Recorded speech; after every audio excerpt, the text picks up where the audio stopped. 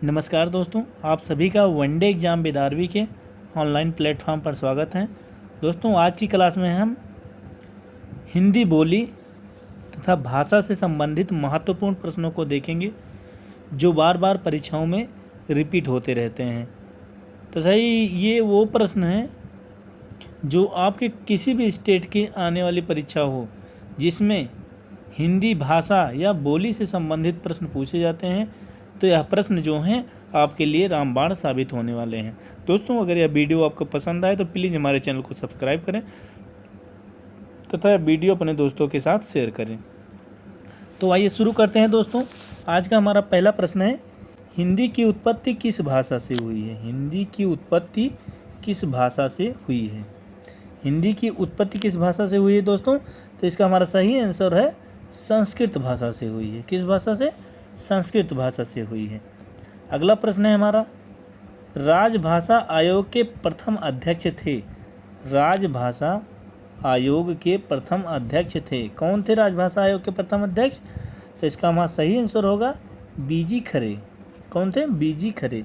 दोस्तों, केवल हम उत्तर पर ही चर्चा करेंगे, बाकी विकल्पों को नहीं देखेंगे क्योंकि यह फास्ट रिवीजन क्लास है, आपका समय ने गंवाते हुए। अगला प्रश्न है हमारा, निम्नलिखित बोलियों में से कौन सी बोली उत्तर प्रदेश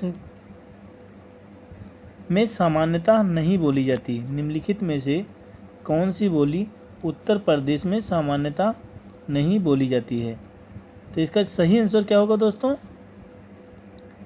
तीसरे प्रश्न का सही आंसर जो है वो है मैथिली। ठीक है दोस्तों, ये उत्तर प्रदेश की बोली नहीं है सामान्यतः। अगला प्रश्न है हमारा, कौन सी हिंदी की उपभाषा नहीं है? कौन हिंदी की उपभाषा नहीं है? इसका चौथे प्रश्न का हमारा सही आंसर क्या होगा दोस्तों? इसका विकल्प सी हमारा सही है, मराठी। ये जो है हिंदी की उपभाषा नहीं है। बाकी पूर्वी हिंदी, राजस्थानी और पश्चिमी हिंदी ये हिंदी की उपभाषाएं हैं। अगला प्रश्न है हमारा, हिंदी भाषा किस लिपि में लिखी जाती है? हिंदी भाषा किस लिपि में लिखी जाती है दोस्तों? तो ये जो है देवनागरी लिपि में लिखी जाती है। हिंदी भाषा देवनागरी लिपि में लिखी जाती है। अगला प्रश्न है हमारा, भारत की प्रथम देशज भाषा कौन सी है? भारत की प्रथम देशज भाषा कौन सी है दोस्तों? छठा प्रश्न है। छठे प्रश्न का सही आंसर हमारा है संस्कृत। देशज भाषा संस्कृत है। अगला प्रश्न है हमारा, भारत में आर्य भाषा का आरंभ कब हुआ? भारत में आर्य भाषा का आरंभ कब हुआ दोस्तों? हमारा सही आंसर सातवें प्रश्न का होगा विकल्प बी, 1500 ईसा पूर्व। अगला प्रश्न है हमारा, पूर्वी हिंदी विकसित हुई। पूर्वी हिंदी विकसित हुई दोस्तों। पूर्वी हिंदी किससे विकसित हुई है? आठवां प्रश्न। इसका सही आंसर अर्ध मागधी अपभ्रंश से। किससे? पूर्वी हिंदी जो है अर्ध मागधी अपभ्रंश से विकसित हुई है। अगला प्रश्न है हमारा, मानक हिंदी का आधार क्या है? मानक हिंदी का आधार क्या है दोस्तों? नौवां प्रश्न है हमारा, मानक हिंदी का आधार जो है खड़ी बोली है। विकल्प ए हमारा सही है। अगला प्रश्न है हमारा, निम्नलिखित में से कौन सी बोली राजस्थानी के अंतर्गत आती है? 10वां प्रश्न है हमारा, निम्नलिखित में से कौन सी बोली राजस्थानी हिंदी के अंतर्गत आती है? तो इसका सही आंसर होगा हमारा विकल्प सी, मेवाती। अगला प्रश्न है हमारा, 10वां विश्व हिंदी सम्मेलन भारत के किस शहर में आयोजित किया गया था? 10वां विश्व हिंदी सम्मेलन भारत के किस शहर में आयोजित किया गया था दोस्तों? तो इसका सही आंसर होगा हमारा विकल्प डी, भोपाल में। अगला प्रश्न है, हिंदी के अतिरिक्त कौन सी भाषा देवनागरी लिपि में लिखी जाती है? हिंदी के अतिरिक्त कौन सी भाषा देवनागरी लिपि में लिखी जाती है? 12 नंबर प्रश्न का सही आंसर हो जाएगा नेपाली। नेपाली भी जो है ये देवनागरी लिपि में लिखी जाती है। अगला प्रश्न है हमारा, पश्चिमी हिंदी के अंतर्गत कौन सी बोली आती है? पश्चिमी हिंदी के अंतर्गत कौन सी बोली आती है? 13 नंबर पर। का सही आंसर होगा हमारा कन्नौजी। कौन सी? कन्नौजी जो है पश्चिमी हिंदी के अंतर्गत बोली जाती है, कन्नौजी। अगला प्रश्न है, चारण काव्य की भाषा क्या है? चारण काव्य की भाषा क्या है? चारण काव्य की भाषा क्या है? 14 नंबर प्रश्न। इसका सही आंसर होगा हमारा डिंगल। विकल्प ए हमारा सही है। अगला प्रश्न है हमारा 15 नंबर, विद्यापति की पदावली की भाषा क्या है? विद्यापति की पदावली की भाषा क्या है? 15 नंबर प्रश्न। और इसका सही आंसर होगा हमारा विकल्प ए मैथिली है। अगला प्रश्न है हमारा, नागरी प्रचारणी सभा की स्थापना का वर्ष है? नागरी प्रचारणी सभा की स्थापना का वर्ष है? नागरी प्रचारणी सभा की स्थापना कब हुई थी दोस्तों? 16 नंबर प्रश्न। तो सही आंसर होगा हमारा विकल्प ए 1893 ईस्वी में। नागरी प्रचारणी सभा की स्थापना 1893 ईस्वी में हुई थी। अगला प्रश्न है हमारा 17 नंबर, संविधान सभा में हिंदी को राष्ट्रभाषा बनाने का प्रस्ताव किसने रखा? संविधान सभा में हिंदी को राष्ट्रभाषा बनाने का प्रस्ताव किसने रखा? 17 नंबर प्रश्न का सही आंसर होगा गोपाल स्वामी ऐंगर ने। किसने? गोपाल स्वामी ऐंगर ने। खड़ी बोली का मूल नाम क्या है? 18 नंबर प्रश्न का सही आंसर होगा डी कौरवी। अगला प्रश्न है हमारा 19 नंबर, अपभ्रंश और पुरानी हिंदी के मध्य का समय क्या कहा जाता है? अपभ्रंश और पुरानी हिंदी के मध्य का समय क्या कहा जाता है दोस्तों? 19 नंबर प्रश्न का सही आंसर होगा हमारा विकल्प सी संक्रांति काल। क्या कहा जाता है? संक्रांति काल। विकल्प हमारा सी सही होगा। अगला प्रश्न है हमारा, ब्रजबुली नाम से किस भाषा को जाना जाता है? ब्रजबुली नाम से किस भाषा को जाना जाता है?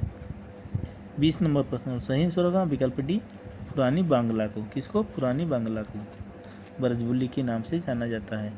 अगला प्रश्न है हमारा, आर्य समाज के संस्थापक थे? आर्य समाज के संस्थापक कौन थे? 21 नंबर प्रश्न। उसका सही आंसर होगा विकल्प सी स्वामी दयानंद सरस्वती जो है आर्य समाज के संस्थापक थे। अगला प्रश्न है, आंचलिक रचनाएं किससे संबंधित होती हैं? आंचलिक रचनाएं किससे संबंधित होती हैं? 22 नंबर प्रश्न। इसका सही आंसर होगा हमारा विकल्प सी क्षेत्र विशेष से। आंचलिक का मतलब होता है क्षेत्र विशेष से। अगला प्रश्न है हमारा 23 नंबर, निम्नलिखित में से सबसे पहले अपनी आत्मकथा हिंदी में किसने लिखी? किसने लिखी थी आत्मकथा सबसे पहले अपनी स्वयं की? 23 नंबर पर सही आंसर होगा विकल्प डी बनारसी दास। किसने? बनारसी दास ने अपनी आत्मकथा जो है हिंदी में लिखी थी। अगला प्रश्न है, अपभ्रंश में कृष्ण काव्य के प्रणेता कौन है? अपभ्रंश में कृष्ण काव्य के प्रणेता कौन है? 24 नंबर प्रश्न। और इसका सही आंसर होगा हमारा विकल्प ए पुष्पदंत है। कौन है? पुष्पदंत है।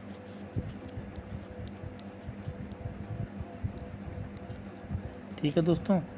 अगला प्रश्न है हमारा, अपभ्रंश का वाल्मीकि किसे कहा जाता है? अपभ्रंश का वाल्मीकि किसे कहा जाता है? 25 नंबर प्रश्न। अपभ्रंश का वाल्मीकि किसे कहा जाता है? और इसका सही आंसर होगा हमारा विकल्प डी स्वयंभू को। अपभ्रंश का वाल्मीकि स्वयंभू को कहा जाता है। अगला प्रश्न है हमारा, तीसरा विश्व हिंदी सम्मेलन कहाँ आयोजित हुआ? तीसरा विश्व हिंदी सम्मेलन कहाँ आयोजित हुआ दोस्तों? 26 नंबर प्रश्न। और इसका सही आंसर होगा हमारा विकल्प बी दिल्ली में। अगला प्रश्न है हमारा 27 नंबर, अपभ्रंश में कृष्ण काव्य के प्रणेता कौन है? अपभ्रंश में कृष्ण काव्य के प्रणेता कौन है? 27 नंबर प्रश्न। और इसका सही आंसर होगा विकल्प सी पुष्पदंत है। अपभ्रंश में कृष्ण काव्य के प्रणेता पुष्पदंत है। अगला प्रश्न है, खड़ी बोली का प्रथम महाकाव्य कौन सा है? 28 नंबर प्रश्न। खड़ी बोली का प्रथम महाकाव्य कौन सा है? 28 नंबर प्रश्न। और इसका सही आंसर क्या होगा 28 नंबर प्रश्न का? विकल्प सी प्रिय प्रवास। खड़ी बोली का प्रथम महाकाव्य प्रिय प्रवास है। 29 नंबर प्रश्न है, निम्नलिखित में से कौन सी पश्चिमी हिंदी की बोली नहीं है? इनमें से कौन सी पश्चिमी हिंदी की बोली नहीं है 29 नंबर प्रश्न में? इसमें विकल्प डी हमारा बघेली। बघेली जो है ये पश्चिमी हिंदी की बोली नहीं है। बाकी बुंदेली, कन्नौजी और ब्रज ये तीनों पश्चिमी हिंदी की बोलियां हैं। अगला प्रश्न है,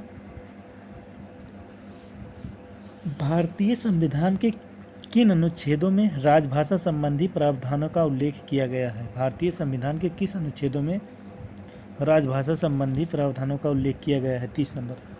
और इसका सही आंसर होगा हमारा विकल्प ए, अनुच्छेद 343 से 352 तक। अगला प्रश्न है हमारा, दक्षिण भारत हिंदी प्रचार सभा का मुख्यालय कहाँ पर स्थित है? 31 नंबर प्रश्न का जो सही आंसर होगा हमारा विकल्प सी, चेन्नई में स्थित है। 32 नंबर प्रश्न हमारा है, हिंदी भाषा के विकास का सही अनुक्रम कौन सा है? हिंदी भाषा के विकास का सही अनुक्रम कौन सा है? 32 नंबर प्रश्न का सही आंसर होगा हमारा दोस्तों विकल्प ए, पहले नंबर पाली, प्राकृत, अपभ्रंश और हिंदी। अगला प्रश्न है हमारा, ब्रजभाषा व्याकरण के लेखक कौन है? ब्रजभाषा व्याकरण के लेखक कौन है? 33 नंबर प्रश्न, मिर्जा खां है। कौन है? मिर्जा खां है। अगला प्रश्न है, महात्मा गांधी अंतर्राष्ट्रीय हिंदी विश्वविद्यालय का मुख्यालय कहाँ है? 34 नंबर प्रश्न, और इसका सही आंसर क्या होगा दोस्तों? विकल्प डी, वर्धा। अगला प्रश्न है, हिंदी दिवस मनाया जाता है। हिंदी दिवस कब मनाया जाता है दोस्तों? ये मनाया जाता है 14 सितंबर को। कब मनाया जाता है? 14 सितंबर को मनाया जाता है। विकल्प भी हमारा सही है। अगला प्रश्न है, हिंदी भाषा किस परिवार की भाषा है? हिंदी भाषा जो है वो विकल्प हमारा 36 में बी सही है। 36 में बी ए सही है, बहुरूपीय। सॉरी दोस्तों, बहुरूपीय। हिंदी किस भाषा परिवार की भाषा है? तो बहुरूपीय भाषा परिवार की भाषा है। अगला प्रश्न हमारा, भारत में सर्वाधिक बोली जाने वाली भाषा कौन सी है? 37 नंबर पर, और इसका सही आंसर होगा हमारा दोस्तों विकल्प ए, हिंदी। हिंदी भाषा जो है वो सबसे ज़्यादा बोली जाने वाली भाषा है भारत में।